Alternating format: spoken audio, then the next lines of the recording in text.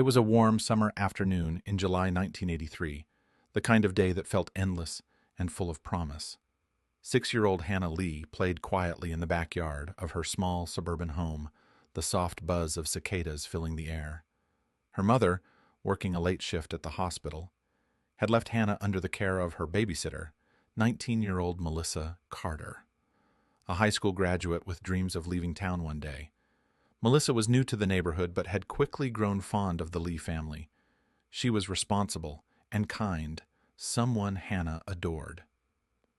That day, Melissa watched Hannah play with her favorite dolls and helped her with a simple lemonade stand they set up near the porch. The two laughed and chatted, the kind of easy, bright moments that seemed to stretch forever in a child's memory. But as the afternoon faded toward evening, something shifted. Melissa's phone rang inside the house. It was her mother reminding her to be home early. She promised to call back and stepped inside, leaving the screen door ajar behind her. Hannah was outside, chasing a butterfly near the garden. Minutes passed. Then, neither Melissa nor Hannah were seen again. When Hannah's mother returned late that night, the house was empty. The front door was locked, the lemonade stand untouched. No note, no sign of struggle, just silence. The police were called immediately, launching a desperate search. But days turned to weeks, and then months. No trace of the little girl or her babysitter was ever found. The house remained quiet, haunted by unanswered questions. Decades would pass before the story would stir again, when a simple bracelet, clean and shining, was discovered hidden inside a wall during renovations.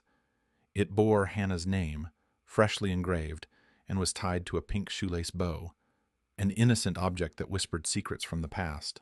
The morning after Hannah and Melissa disappeared, the neighborhood was stunned. Word spread quickly. The little girl and her babysitter were gone without a trace. Police swarmed the Lee home, questioning neighbors, friends, anyone who might have seen something unusual. But the neighborhood was quiet that summer. No strange cars, no unfamiliar faces, no sudden noises. It was as if Hannah and Melissa had simply vanished into thin air. Detective Mark Caldwell was assigned the case. A seasoned investigator with a reputation for perseverance, he meticulously combed through every inch of the Lee property. He noted the locked doors, the undisturbed furniture, the lemonade stand still waiting for customers. No forced entry, no signs of a struggle. The babysitter's belongings, her purse, shoes, even her jacket, were left behind, as if she had planned to return any moment. Hannah's favorite doll was found in the backyard, half buried in the grass. The initial theory was that someone had kidnapped them both from the house or yard, but no witnesses or clues emerged. Days later, a local paper ran a haunting headline: "Child and babysitter disappear without a trace." The community was gripped by fear and sorrow. The Lee family, devastated, clung to hope that their beloved daughter and Melissa were safe somewhere, waiting to come home. But as time passed, hope began to fade. Detective Caldwell kept the case open, following every lead, but nothing concrete came up. The investigation stalled, the case slipping into the cold files of unsolved disappearances. The question that haunted everyone: why would both a child and her caretaker vanish together and leave no sign? Weeks turned into months, and the days without Hannah and Melissa grew heavier with despair. At the Lee household, time seemed to freeze. Hannah's room remained untouched, the toys scattered exactly as she'd left them. Her favorite nightlight still plugged in, casting a faint glow into the dark. Hannah's parents, Laura and David Lee, were shattered. Laura spent countless nights by the phone, praying for a call. David scoured the neighborhood, returning each day with weary eyes and empty hands.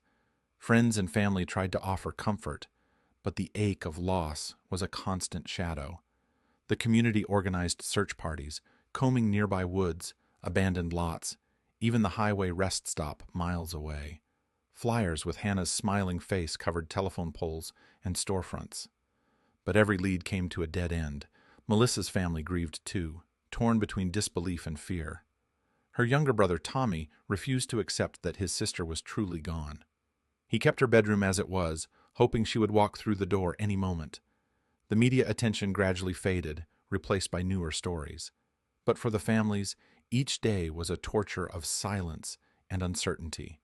Detective Caldwell, though reassigned to other cases, never stopped checking in. He visited the Lees monthly, offering what little solace he could. He often found Laura staring out the window, clutching the same worn bracelet she had given Hannah on her 6th birthday, a small silver band with a delicate engraving. "Someday," Laura whispered during one visit, "someone will find her. I just know it."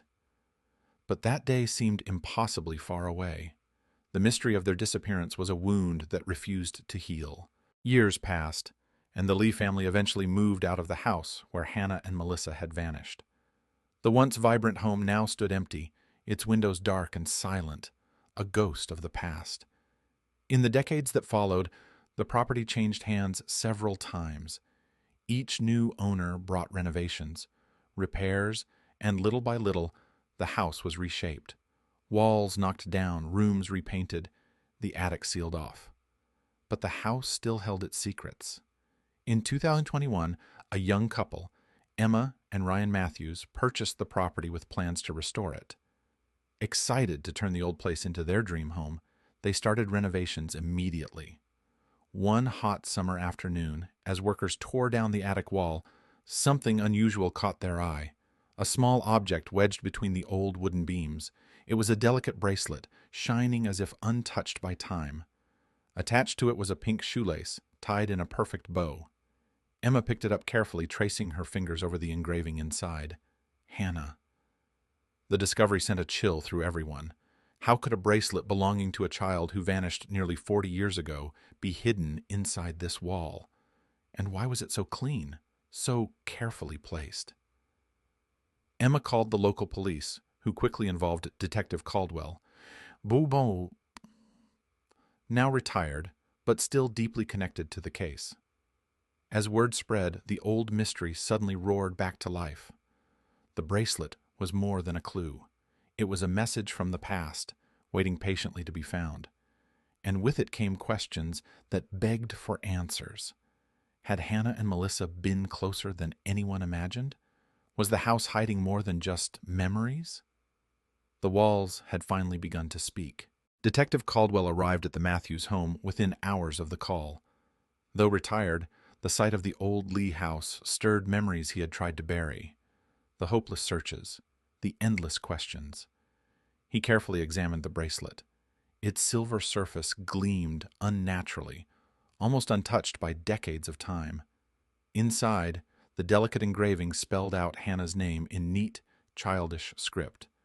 The pink shoelace tied in a perfect bow beside it looked freshly laundered, not faded or frayed as one would expect.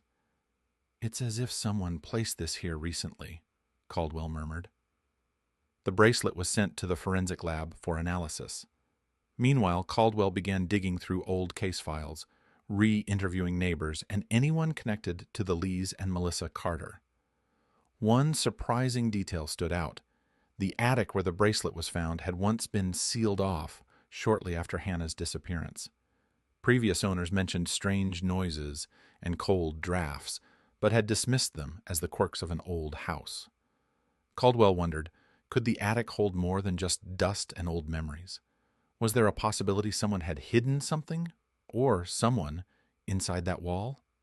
The bracelet raised more questions than answers, but it also rekindled a glimmer of hope. Could it be that Hannah was still somehow connected to the house? Was she trying to reach out? The detective vowed to uncover the truth.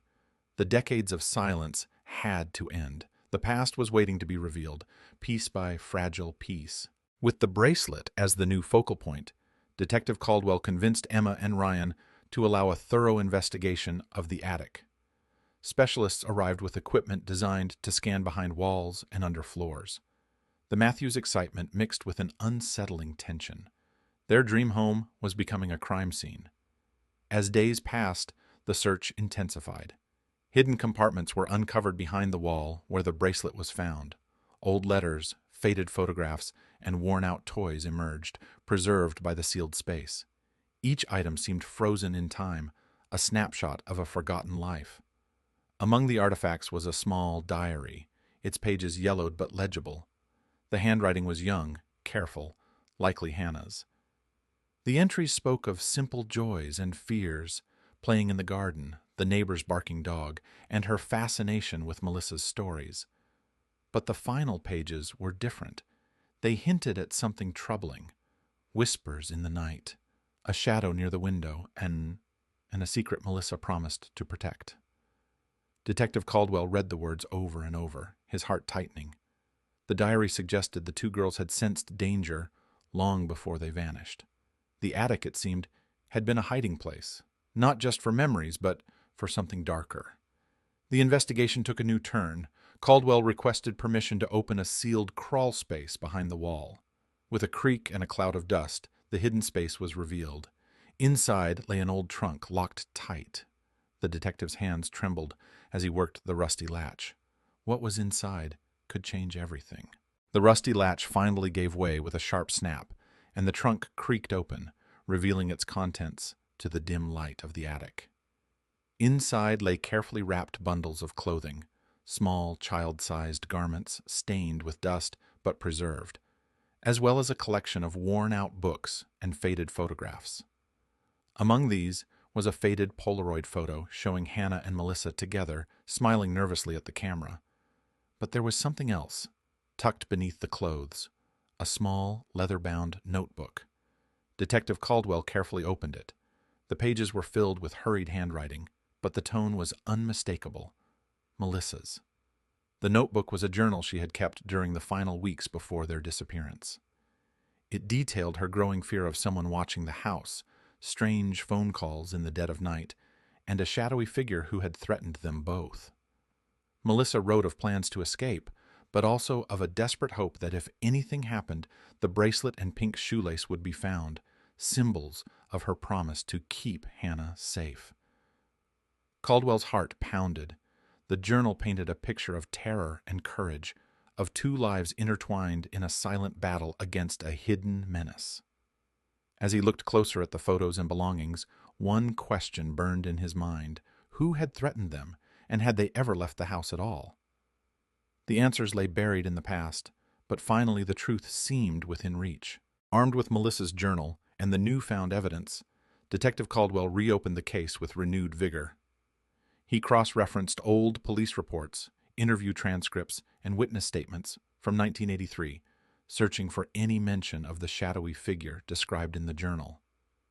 A name surfaced, a man who had been a neighbor at the time, Robert Hastings, a known troublemaker with a criminal record for harassment and stalking. He had a history of obsession with young women in the neighborhood, including Melissa.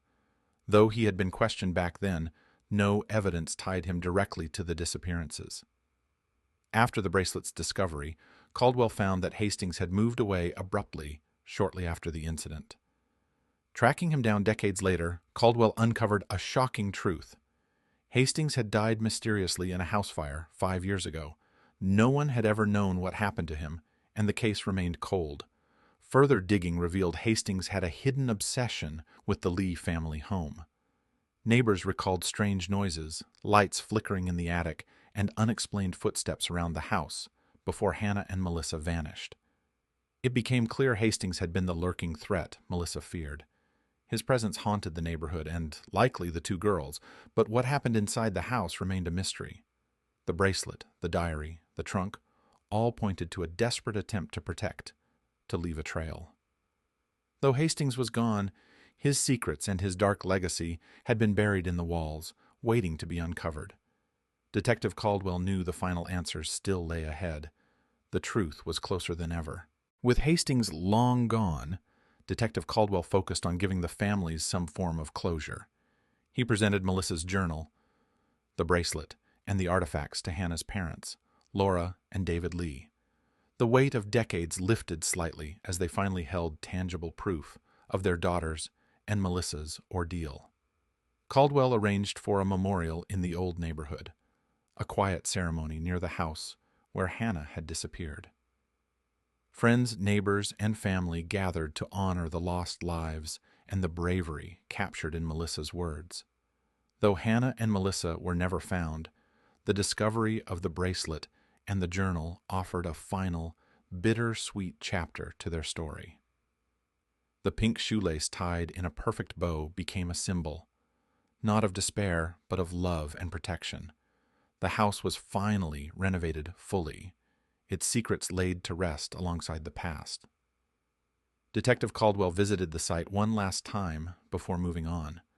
The summer breeze rustled the leaves, carrying with it the faintest whisper of laughter.